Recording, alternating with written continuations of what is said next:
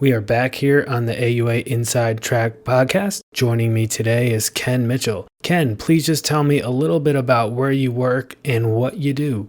Currently, I'm serving in two positions. My first position is I'm the founding program director and assistant professor at Meharry Medical College in the physician assistant program. And then I'm also working clinically at the Billups Center in Murfreesboro, Tennessee, which is south of Nashville. And what's taking place right now at your institution relative to the pandemic? So Meharry Medical College is one of the three testing sites for the city of Nashville for assessments for the community at large. The city put together a plan to do testing at three locations. I currently am working at one of the test sites, the one at Meharry Medical College, and I am performing swab tests, if you will, the test just to see if people are currently infected with COVID-19. And then clinically at our other practice, because we primarily do men's health, we don't have any emergent, if you will, cases that require immediate attention. So our clinic right now is currently closed, mandated by the city's ordinances right now during the pandemic. And how has your experience in day-to-day work shifted since the start of the pandemic? Well, with regard to the PA program, like a lot of people, we have shifted now to completely virtual meetings. We had shut down the office completely several weeks back, and so that's become our new norm. So a lot of video meetings and the like. And then, of course, participating in the COVID-19 assessment sites. They originally started out at 3 days a week, and actually just this week they have gone to Monday through Friday now. So that's been a challenge. Plus, keeping the day-to-day work activities that need to be completed done. With regard to the clinic, now we are just currently managing patients' refills, labs, etc., until we can see them back in the office again. Can you tell us about how your colleagues are coming together to support one another during this uncertain time? Yeah, it's been interesting. A lot of communication about that has been centered around everybody's different life situations. My children are grown, so they don't live with me, but we have others who do. They have small children at home, and of course, some of them have school-age children. So there's homeschooling going on. There's things going on just in general, just trying to conduct the day-to-day businesses. So we've been trying to be supportive in that regard. It's really, the whole situation has really caused us all to gain a lot of insight in everybody else's day-to-day activities outside of work. And so there's been a lot more communication in that regard. And I think it's, a pandemic to get some things like this to happen, but it certainly has been a positive, I believe. In that respect. And the same with the clinic, dividing out the work and making yourselves more available to patients in a way that prior to this we wouldn't have done otherwise. And so we found it to be very, very useful in that respect. Do you have any advice or thoughts for your colleagues around the world as they too manage through the COVID-19 pandemic? Certainly, I would share with you this. As a child, my parents were in the military during Vietnam. Occasionally, we would have base lockdowns, not unlike what many are experiencing now. Maybe to some, there's a different degree, of course, but just the idea of not being able to roam about freely. I was taught at an early age back then about the importance of getting into a routine. And sticking with that. One thing that's been glaringly clear, and I've shared with some colleagues, is that if you sleep 8 hours and you work 8 hours, you still have another 8 hours left in the day. And what you do with those other 8 hours, you are forced to really sit down and look at what did I used to do and what am I doing now. So I strongly recommend getting into a routine, taking this opportunity to realize how much time you have and to better manage the time that you have. That will better prepare you for the transition back into what I believe will be a new normal after we have successfully navigated through this part of the pandemic. I also want to ask about your experience using telemedicine. How has that been going so far, assuming, of course, your practice has been embracing its use? Well, I can't say we've been using it to its full extent, beyond phone calls at this point in time. We've not engaged in any video telemedicine or anything of that nature. But certainly, as I mentioned before, we are doing a lot more phone calls. Certainly, without having the clinic hours, you have more time to sit and talk with people. But I would say we have embraced it.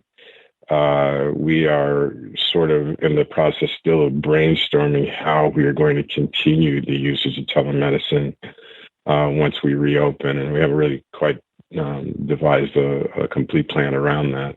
But so far, I think it's been great. Again, I think it's another way to engage patients, and we really have to think about how we're going to use that going forward. I believe with this transition going into I might call it post-pandemic, but again, the next stage of the pandemic, that we're still going to have to continue social distancing and being mindful of managing risk.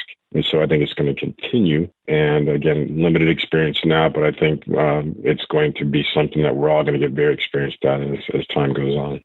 Ken, do you have anything else you'd like to add to the discussion today? I'd say the biggest thing that I would add is to do what I heard one of my colleagues say is embrace this opportunity to look at your practice with a renewed perspective and make good use of that. I think you'll discover some amazing things about what you do really well, and you'll be impressed by the opportunities that you have in front of you. This doesn't have to be a complete negative experience, and that we certainly have a great opportunity to improve the practice that the care that we provide all of our patients. Ken Mitchell has been our guest today on the AUA Inside Tract Podcast. Thank you, Ken, for your time today. Thanks a lot. Thanks for having me. Hi, my name is Tricia Zubert, and I'm a nurse practitioner, and I work in sexual medicine, a branch of urology at Health Partners located in Twin Cities in Minnesota. And I'm currently serving as a chair of the APP membership committee and on 3 other AUA committees. So just tell me a little bit about what's going on at your institution right now relative to the pandemic. Like many institutions, there have been a lot of changes occurring very rapidly.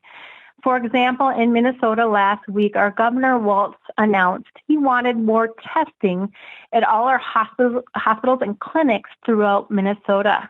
He feels gathering this information will allow us to know when it's safe to open up our economy again. Until last week, Minnesota has had minimal supplies to test for COVID-19, and testing was only being done in hospitalized patients with suspected COVID-19 and symptomatic medical staff. Governor Walz has been working with the University of Minnesota and Mayo Clinic, and they have developed more tests, which are now available for all the clinics and hospitals throughout Minnesota. We have the capabilities of testing 8,000 to 20,000 patients in Minnesota per day. Our goal is to test 2,000 patients in our system starting May 4th. And because of this, we will be able to test all patients who are symptomatic. We are also looking at testing asymptomatic patients in the future, although those details have not been clarified. To accommodate this change, our clinics have implemented 7 drive-up testing sites, and patients must schedule an appointment ahead of time. All patients are encouraged to call our call center to triage patient needs. Patients who are determined to need testing are directed to one of the drive-up testing sites. However, if they are experiencing acute respiratory symptoms, we have converted 4 clinics to respiratory care sites dedicated solely to patients with COVID-19 symptoms. Patients are directed to one of these sites where they will receive direct patient care.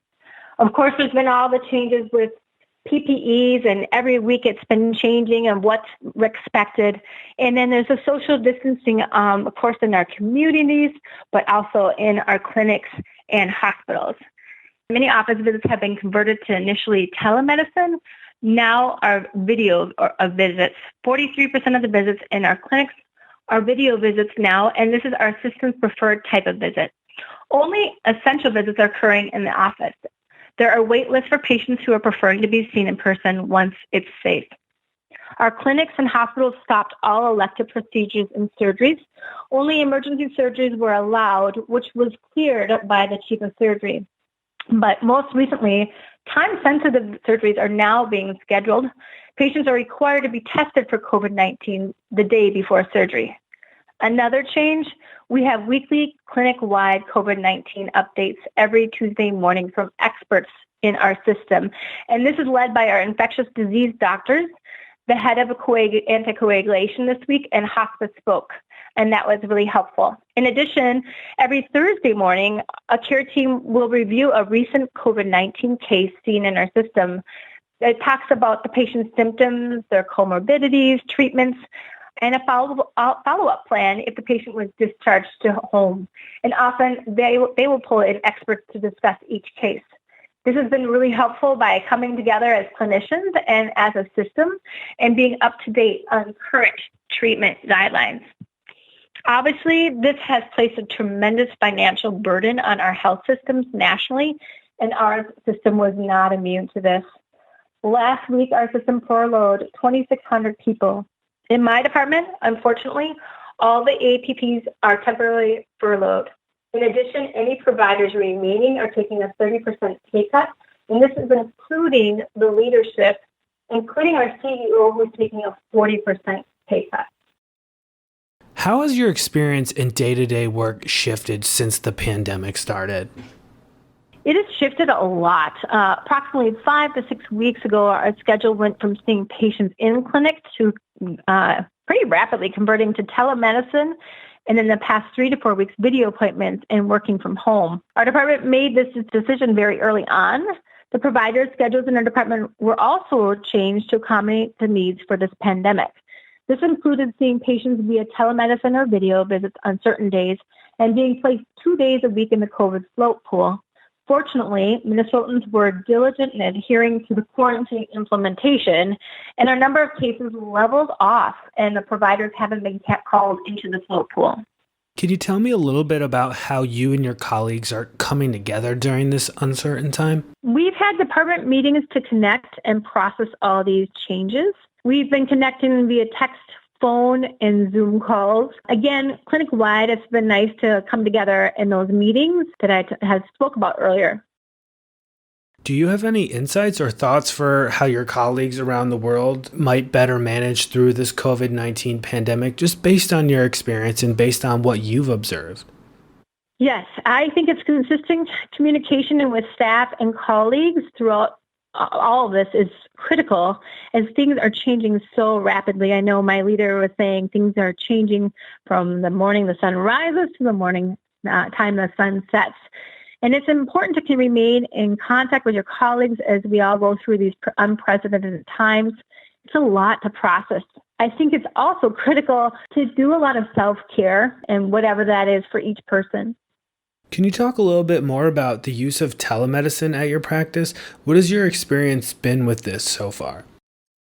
I feel like it's gone well. I have patients I've been seeing for years, and they have been eager to talk and to connect via video call. They seem a little lonely and scared, so it's nice to connect with them. I would say there are a few cases where patients didn't understand how to use an application, like as far as Dual app is what our system uses. And so that's been difficult for them to figure out how to even turn the phone on or download the application. An example of that is I had an 87-year-old male patient this week who said, I can't figure it out. And so I ended up doing a telephone visit with him. Do you think your practice will be using telemedicine more when things resume to the new normal, or is it just too hard to say at this point? I think that there is probably a place for this. It's hard to say at this point. I've had some patients that really, really like that connection, and I have others that say they can't wait to get back to face-to-face time in the clinic. I'll give you the final word if you have anything else you want to add to the conversation. Yes, I just wanted to say that I'm thinking about each and every one of you as we are going through this crazy time, and just hoping that you all are remaining safe and well and taking care of yourself.